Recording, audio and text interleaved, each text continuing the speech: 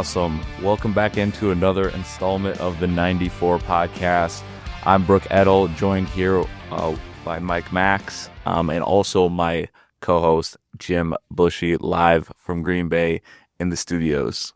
How you doing, gentlemen? Thank you again, Mike, for gracing us with your presence. Good to be here. Fun to be here. Awesome. Jim, how you doing? Just driving to work today, looking at all the people enjoying their nice warm day outside. I'm nice inside, getting my AC. I'm doing good. Getting my vitamin E, the electric lights.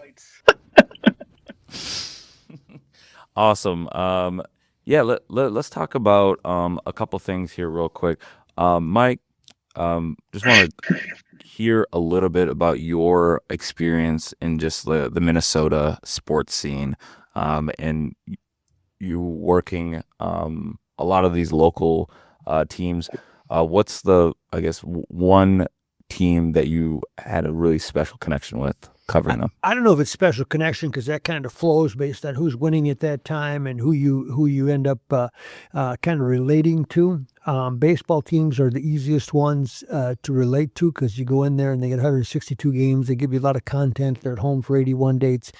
There's a pace to batting practice and whatnot where you can establish relationships in the clubhouse.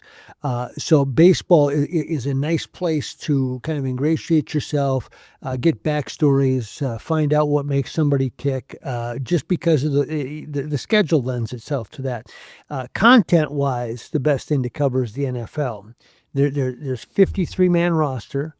Then you got 22 coaches. So now you're at 75, and another 6 to 10 management types that are all potential stories. So I look for the volume of stories, of good stories that I can get. And in a football, if the star wide receiver doesn't want to talk that day, that's okay because people are still interested in the middle linebacker or the kicker or the defensive tackle. You can always find a good story in a football locker room because there's just so many people that are involved in it, and there's so much interest in football that becomes the easiest to cover of all of them. Probably the most difficult for the NBA only because you've got a 15-man roster, and really people want to hear from about 4 or 5 guys. And so they get inundated all the time, and it's difficult because they're saying the same thing all the time, and everybody wants to talk to the same people all the time.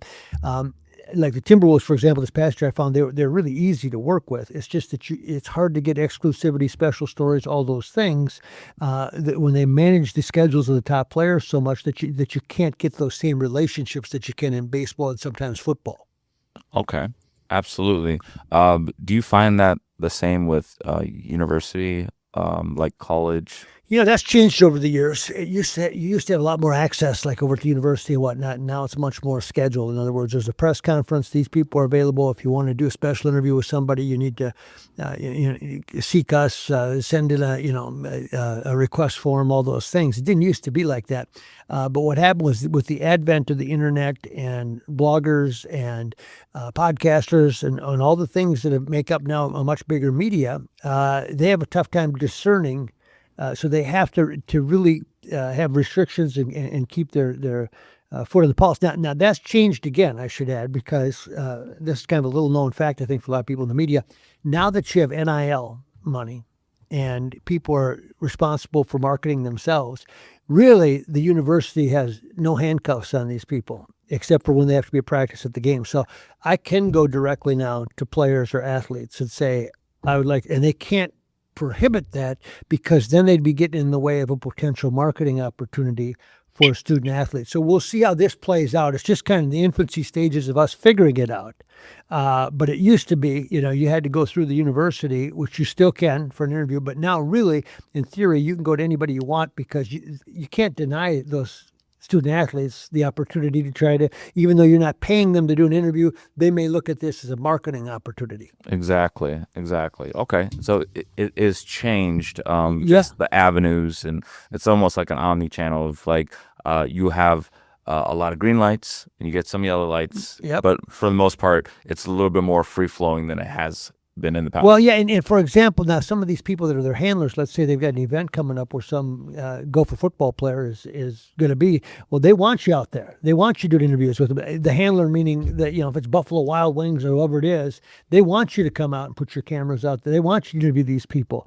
So that game has changed. Now there's only a limited amount of college athletes that would categorically fit under there where they'd have value to you or value to a sponsor that they would want them to make an appearance and you'd want to do an interview. But it is in play now the same way professional athletes are. Absolutely. Before we get on to the next topic, high school sports. I know that that's a big thing, especially with Minnesota being a hotbed for a lot of talent, especially basketball, hockey. We're seeing football too. Yeah, I love covering high school sports. And again, you get back to volume, right? You got 400 and some schools in the state all carrying 10 sports. Do the math. There's going to be some good stories out there. But I love the unique stories, not just the star, not just the one that's going to be the 5-star recruit, but there's always some interesting stories underneath that. And that's what I love about the high school is that you can find that. And it's really satisfying and gratifying when you can say, call attention to a coach that deserves it, that's done all the right things in his or her tenure as a coach, and you can spotlight them. Or we did a story a couple of weeks ago on he does the PA in Belle Plaine, Minnesota, and he's got muscular dystrophy. Okay. And so he couldn't play baseball anymore. He couldn't walk anymore. His brother's the center fielder on the team. He just wanted to be part of the team. So we go out and do a story like that. That's incredibly gratifying. Absolutely. To be able to spotlight people who are, living life sometimes through tough circumstances, sometimes overcoming tough circumstances, but people that the public can relate to, and you find a lot of that at the high school level. Absolutely. And right now you're in the thick of baseball season. Yeah. You got softball as well. A lot of these summer sports are ongoing. What's one thing you out in Belle Plaine, correct? Yeah. The love of the game. Like, what does the love of the game mean for these players? Well, you only get for most of them, it's the only time they're ever going to play organized with an umpire and somebody chalking the lines for them. So it means a lot to all those high school kids that make it to the varsity level or whatever level you play at JV. It's the last time for many that you're going to get to play an organized game like that, where they keep stats and they write about it in the paper, and you're kind of on the record. You can go play intramurals, you can do all those things, but it's not the same as when it's official, when it counts, when somebody can look up your numbers. And then it's the time when you're with your buddies. I mean, the relationships you form in that dugout or in that locker room. I'm 61 years old. Every year I go to Colorado with 5 of my high school buddies. Why? Well, we all played sports together, and I trust them more than I trust anybody, because they were there. They know me before anybody knew me, True. And so you're forging those relationships. And at the time when you're playing, you're thinking it's about wins and losses and how far can we go? Can we get to state? All those things. Important. But what you'll find out as time goes on is it sets you up in different ways for the rest of your life. Absolutely. Jim, we turn to you. I know we've been kind of going on rapid questions here, but feel free to fire off some questions. Yeah. Well, I mean, one of my questions I came to my mind is, when you're doing these stories, is there a story that sticks out to you that really impact the player and it's impact the community? And do you have a story that you've done or you've heard that you sat down and you took back wow, this story is amazing. It needs to get told. Finding a story, it's like a diamond in the rough. You don't expect it, and it was just one of those big stories that took you back. Wow. Yeah, I think there's 2 categories to that. One is when you get a big name to sit down with you because there's such interest in that. And for me, that would be, I've had a chance to interview Michael Jordan one-on-one 3 times. And that ain't easy getting that one, And so to sit down with him and to feel his presence where he was committed to the interview and doing it well. And he's talking about his lifetime story, and he's talking about different things that motivated him.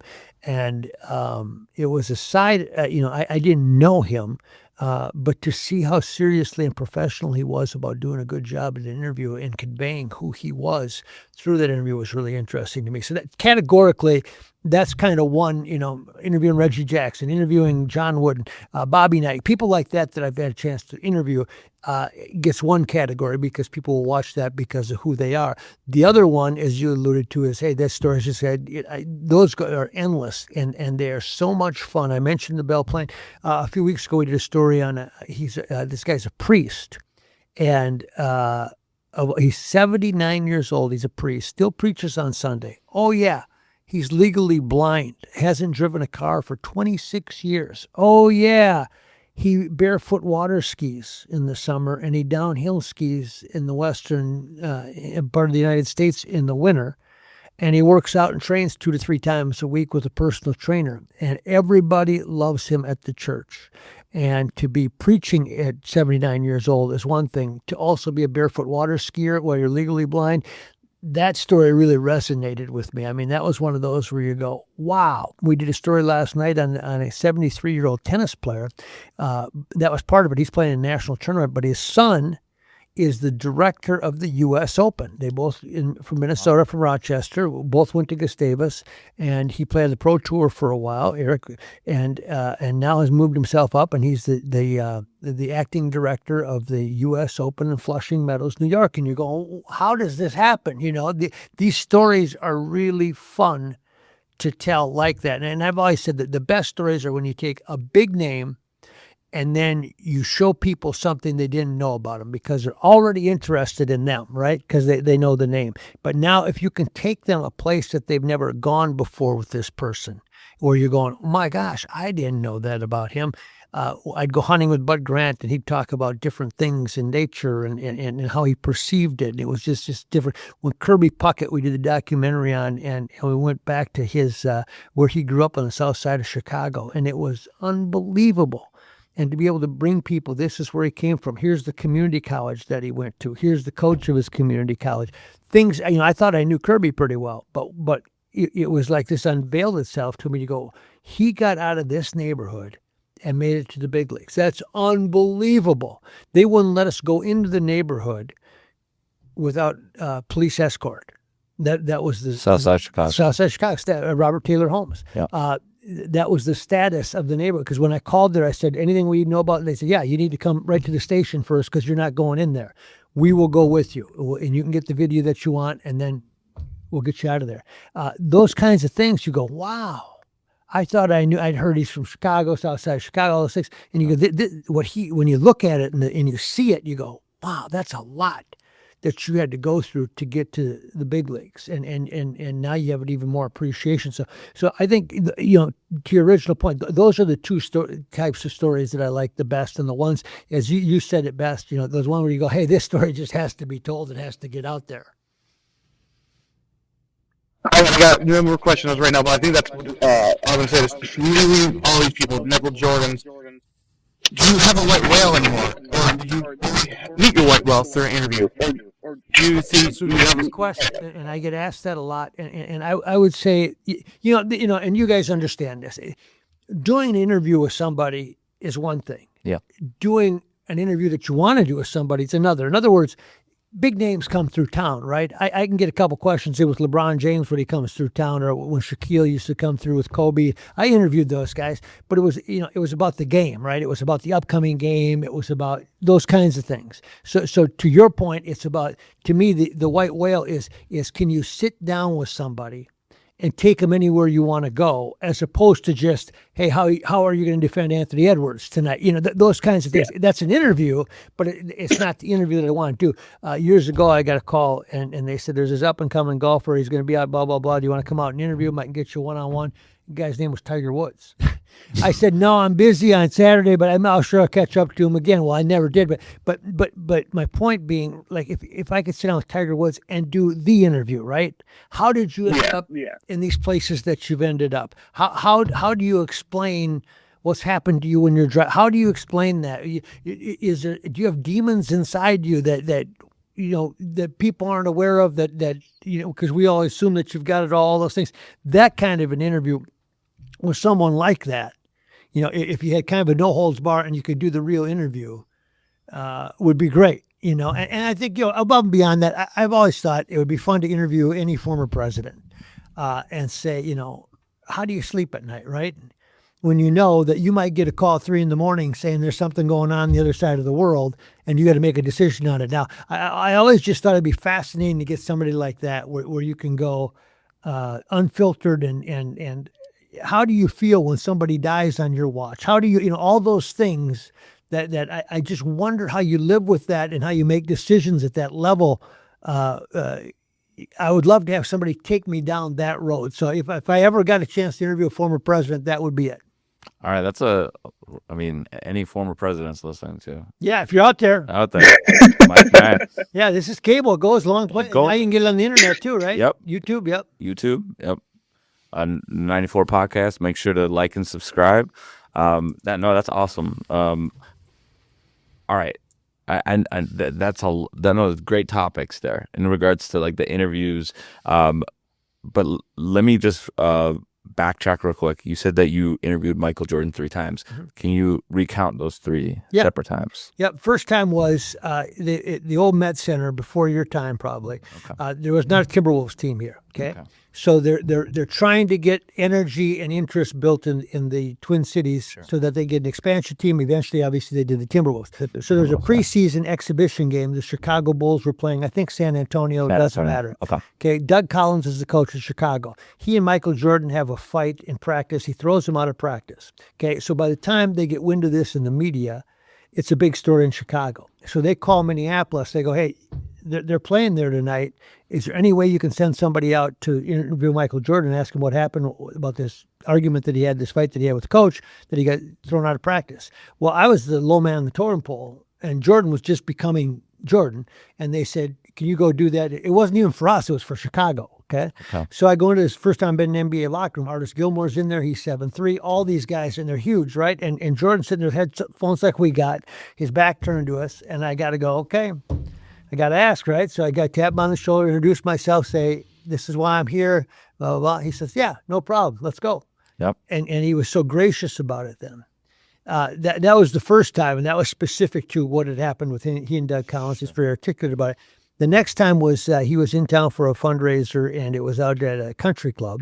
And Trent Tucker was his teammate in Chicago. And Trent said, if you come on out, we're doing this turn, and I can get you Jordan. I said, really? You can get me Jordan? Really? Trent Tucker? Tucker and Jordan are good friends. Yep. So he sat down with us. And at that time, Garnett was playing for the Timberwolves. So we talked a lot about Garnett and what he's up against as a superstar and what's in front of him. And I remember him saying, he goes, here's the thing that all young players need to know. Just play the game. Play it as well as you can. If you're really good, the endorsements are going to come in wheelbarrows. You don't have to worry about that. Just worry about your game. Don't get ahead of yourself into how you're going to market yourself, what you're going to be. Play the game really well. Everything else will take care of itself. And I remember that was my takeaway from that. And then the third time was at a different golf tournament that he was playing in. And we sat down by a fire, and I remember talking to him about the takeaway was, and I use this when I do a lot of speaking, and I use this story. He said that it wasn't about his talent that got him off the playground. It was about his parents had instilled in him long before he knew he was going to be a great basketball player, that there were 2 things he had to own: his attitude and his effort. And he had complete control over both. And he said, my parents instilled in that. I ended up being gifted in basketball, but it was because I took care of my attitude and my effort, which a lot of people choose not to. Right. That's why I got to where I am. And there's a lot of guys with my talent on playgrounds that never got off the playgrounds, not because they weren't good enough, because they didn't own what they could focus. They didn't focus on what they could control, their attitude and their effort. And I thought that's a great takeaway. Absolutely great takeaway. Control the controllables. Yep. I'll continue here. Something just actually got signed into in Florida. It's called the Teddy Bridgewater Act. Yeah. Yeah. Tell me a little bit about. Well, Bridgewater was coaching down there, the former Viking quarterback. Exactly. And he was helping out some players financially. Financially, yeah. He needed help. And it was all from the heart. It wasn't. Right. He wasn't getting a competitive advantage. No. He wasn't buying players. Exactly. And so he got in trouble for it. And then when it came out, people looked at it and said, well, this is ridiculous. He was trying to help kids. Yep. He wasn't trying to He wasn't trying to circumvent or get some advantage, some competitive advantage here. And so because of that, they've rewritten it down there because of Teddy Bridgewater and what he did. And it was kind of it's really a good story, right? It's a feel-good story. Yeah, I did it from the heart. I wasn't doing it because I was doing it because the kids needed it. Right. And it was a terrific story that takes up legs, and it's the kind of thing that you like to see that, because that means going forward, coaches and players, and certainly he's in a different financial position because of all the time he spent in the NFL, but they can look at things differently. They can think about that. Yeah, I can help this kid. Yeah, I can do something. There's a way to do it. And so I thought that was a terrific story. Oh, absolutely. Like the impact that he's having on these kids' lives, and also you just don't know that entire community is changing. Right. Yeah. And now you're inspiring the next generation to do the same, right? It's not just about Teddy Bridgewater. It's about he does this for his players. Of those players in 10, 20 years, who knows which one of those is going to be in a good position and say, you know what? Coach did it for me, right? Coach did it for me. I owe it to somebody else. So those things have legs. And it has legs. Yeah, and it's just a wonderful story when you see those. Absolutely. Real quick, I know we're kind of running low on time here with you, Mike.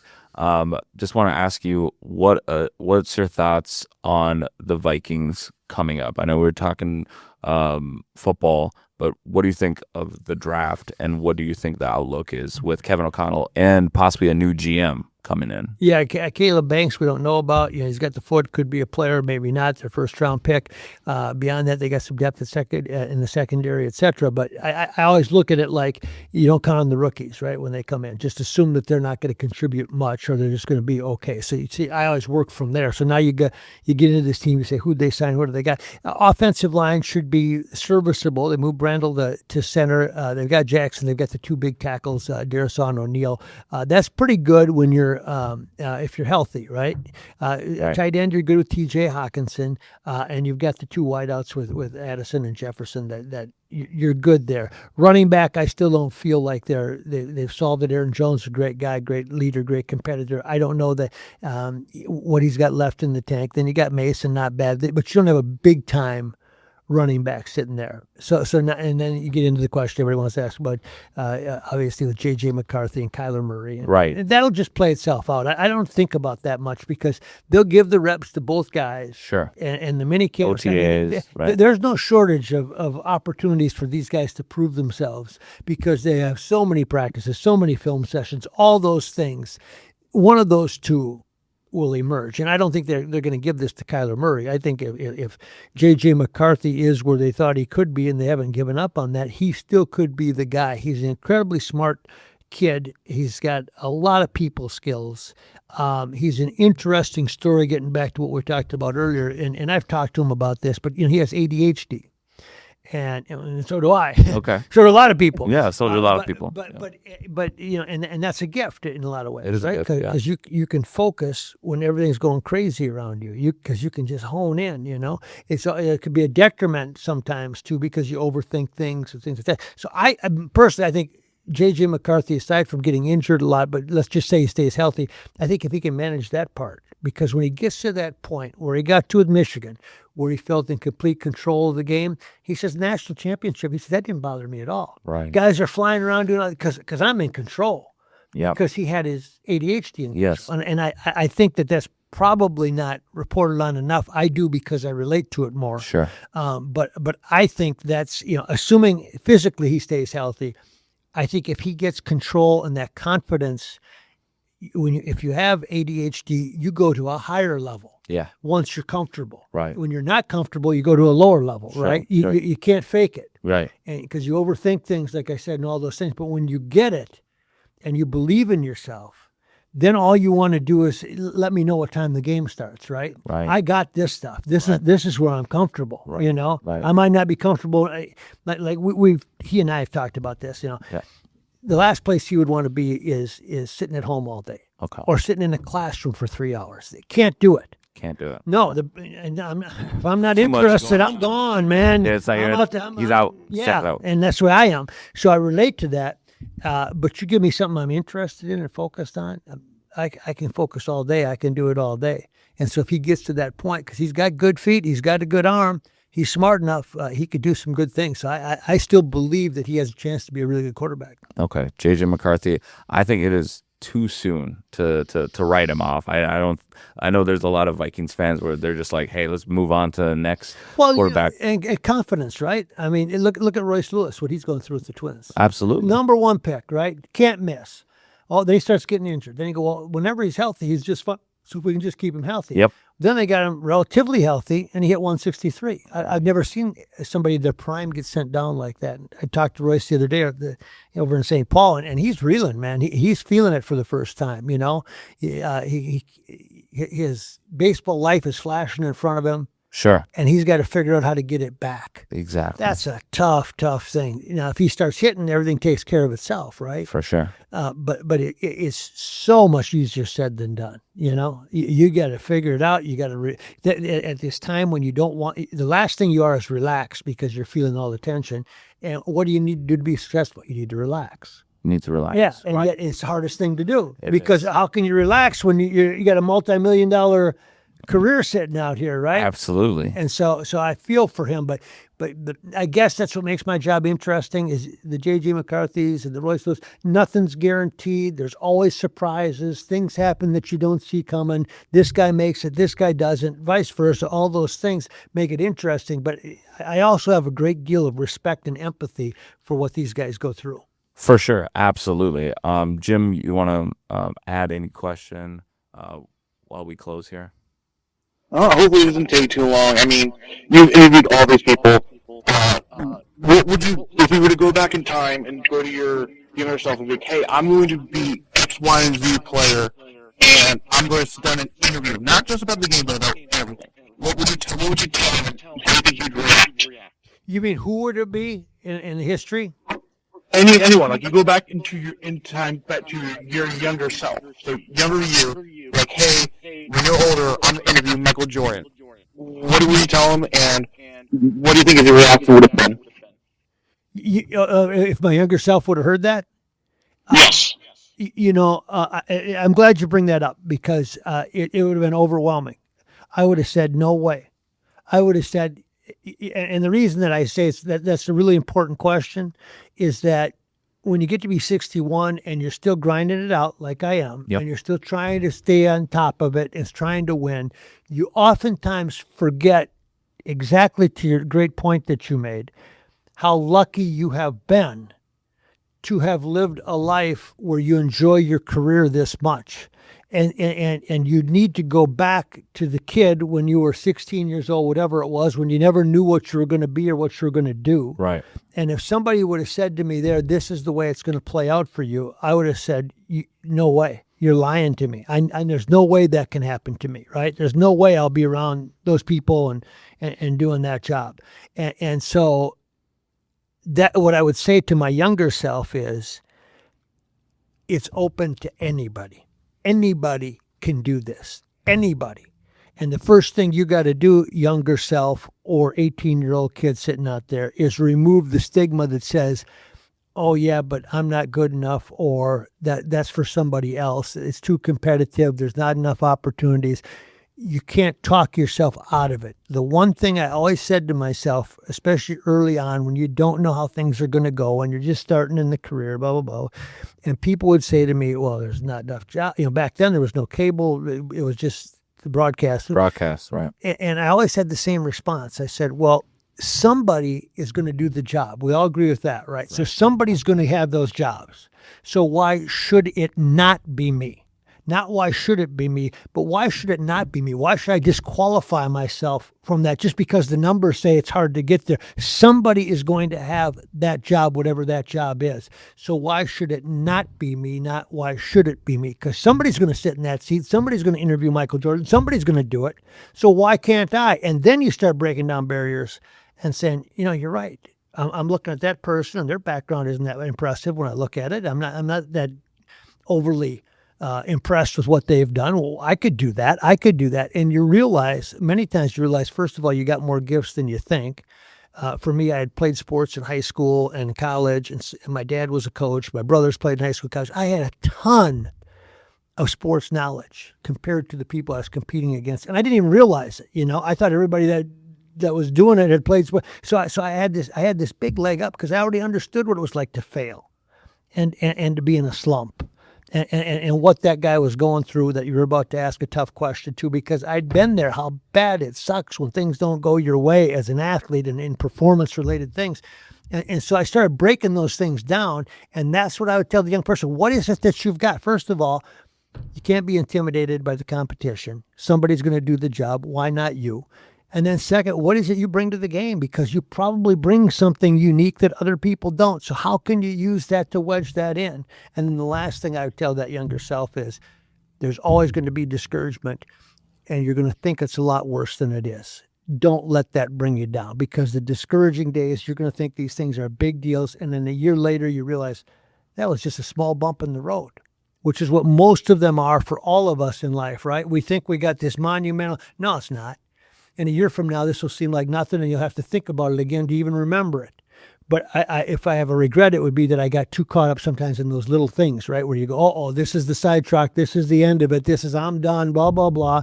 And the truth is I wasn't done. There was something, I have a spiritual side to me that God had a bigger plan for me too, right? Or he had a different plan for me if I just listened. So those would be the things I'd tell a younger person. Thanks. And you kind of alluded to this, and I don't know how much time we have left, but you can take as much as you need. What you kind of answered this. What drove you into being a reporter to interview people? Was it just a favorite teacher? Was it your parents? Another great question. I was majoring in business at Hamline University, and I took a class, an optional broadcast class at St. Thomas, because you could take them at, they call it the consortium if they don't offer it, but your school, there's other schools you can take it at. Sure. So I took it. A professor named Matthew Cantor said, you really seem to like this. It was the production side of television. She said, you should try to get an internship. I didn't know internships even existed, right? I didn't know anything about anything. Well, I banged on doors. Nobody would take me in except for Channel 4, WCCO TV in Minneapolis, downtown Minneapolis. And I've been going through that same door for over 40 years now. But that started as an internship because she saw in me that maybe I had a passion for this. I took the passion. I didn't know what I was going to do with a business degree, right? I may sell insurance. I didn't know. I just thought that's what you do. Sure, right. That was the natural sequence. Yeah, I didn't have any passion for it. I just thought it was the sequence, Yeah. right? And all of a sudden I said, you can actually have a job that you have a passion for. So I got the internship. Long and short is that turned into a job because the Twins went on a World Series run in 1987 and they needed help producing. So I got in as a freelancer. And the story is too long to keep it short. But that's how I got through the door, and that's how I got things going. And once I realized that, but the reason that it works for me as I look back now is I'm good at short-term deadlines. I'm not good at long-term, meaning I was the kid in school that if I had a finals test on the 15th of April, I'd start studying on the 14th, right? I didn't have that in me where I could just, it was boring to me. And so, but with short-term deadlines, for us, it comes to the form of the 5, 6, and 10 news every day. You have to get it done. There's no choice. Either you get it done or you get fired. Okay, that's all I need to know. They're small segments, right? You go boom, boom, boom. I can get through that day every day. So that was a great way for me to operate because it plays to, again, my ADHD to an extent. Then I like sports, and the number of stories that you can get through sports is incredible because they provide you with so many great stories. And then by nature, I'm really, really curious. I really am interested in how this podcast works. What's the goal? Who are you serving to? Whoever I'm with, I find people to be fascinating. Sports just provides you with people that have even more interesting stories. I say sports is like life on steroids. Okay. You know, because you're always, it's always boom, boom, boom. Let's go now. Yeah. And that's why sports works well. Absolutely. Absolutely. Yeah, I think that encapsulates so much, Mike, in just understanding your journey and also understanding everybody's journey, like especially for the youth that is, watching this on YouTube, on CCX, channel 20 cable. So I'm really excited just for people just to listen to your words, because I think this is very powerful. The message that you're laying down some gems here. Well, I appreciate that, and I appreciate you guys inviting me on. Absolutely. Thank you. And yeah, we'll close here. Thank you, Jim, for joining us live from Green Bay. Anytime. Skull Vikes, right? Skull Vikes in Green Bay. Go Cubs, and also your Red Sox. How they doing? Yeah, no, just no. I mean, they're doing good. Ooh. Well, the Twins, they won. Byron Buxton hits home run, and then Martin hits home run. And they come back and beat the Red Sox at Fenway. Wow. Yeah, no, I was not happy about that. It was 4-0 after the first inning. Red Sox were ahead. I thought this thing's over. Here they come. Here they come. Yeah. Don't look at them now. I mean, hey, and again, I'm gonna follow Royce Lewis because I think the Saints are in town. Yeah, they are right now. They're yeah. playing Omaha, I Yep, believe. yep. He had a home run his first at bat back, but I think he's like 2 for 7 in 2 games, whatever it is that he's been back. Okay, awesome. And the Saints are they still pretty like friendly in regards to like Yeah, very Talking friendly. to And them. it's such a great stadium too to go over. yeah, Yeah.